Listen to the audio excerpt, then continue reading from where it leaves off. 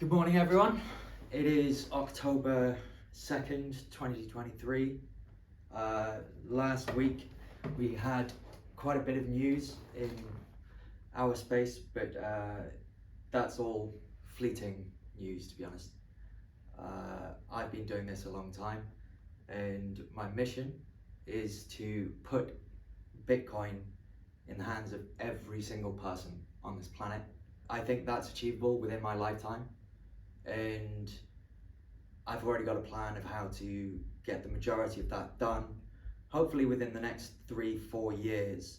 But we'll come to all of that stuff later on in the week, because my plan is to do one video a day for the next 5 days at least, and maybe one video a day for the next month. I am raising money on Kickstarter for a card game. It seems a little bit strange considering I'm in the technology business, but it will all become very clear as to what I'm doing, how I'm doing it, and why you will want to participate in what I'm doing.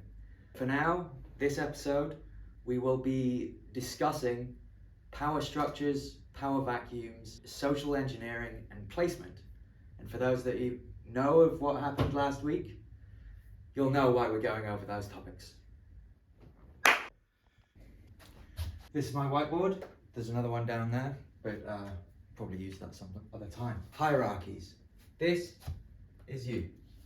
And you are connected to your world through friends, family, whoever it might be. Now, this is in a 2D plane looking down. We don't understand who's more powerful than who in this kind of diagram. So let's get rid of this.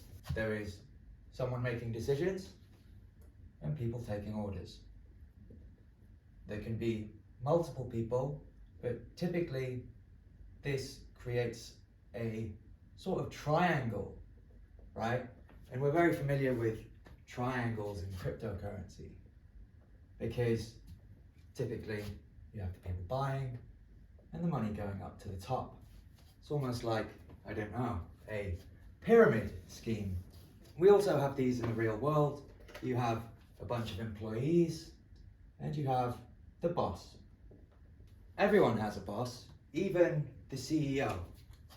The CEO has a board that's made up of a couple of other people, and they represent the shareholders. Everyone should be familiar with this kind of thing. But if we have a removal of the boss, then this person could come from outside and then start making the decisions. However, if we have not got those, an open source project in which you just have one person and then these people coming in later and then this person disappearing, well, now we have a power vacuum in which it is beneficial for the people that have been there the longest and know the most to take over. What if that person is irreplaceable? So they are always hanging over the project because they didn't really explain enough and trusted the community to keep it going. The issue is, if this person cannot come back, they left. If they cannot come back to restate what the project should be doing, well, then we have an issue where you have a new power structure, a lot more people all trying to say this is what's going on, when in actuality we all know that it's a completely different structure now.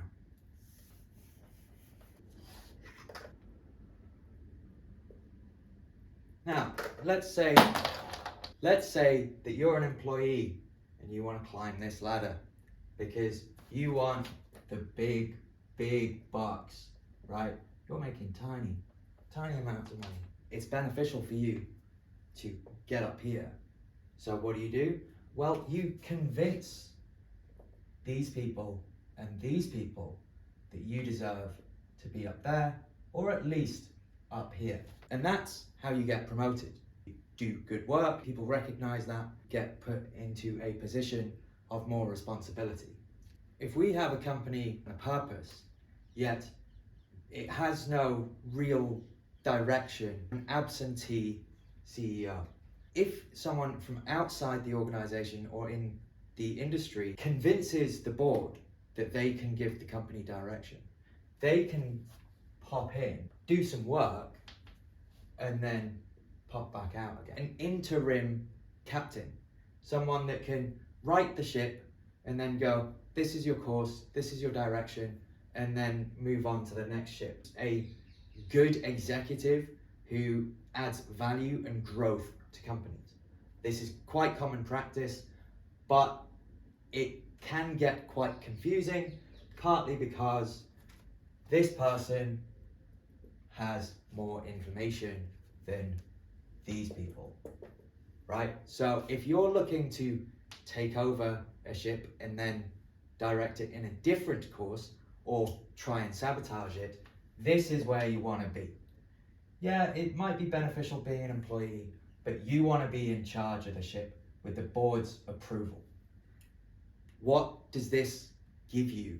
It gives you information, it gives you strategies, it gives you the ability to sabotage your competition. And if you don't think that this happens in the real world, you need a reality check. This happens everywhere, all the time. Why? Because it's about money and power. And money and power games are the most brutal games in the world. This is not hyperbole. This is why wars are fought. I think I covered everything.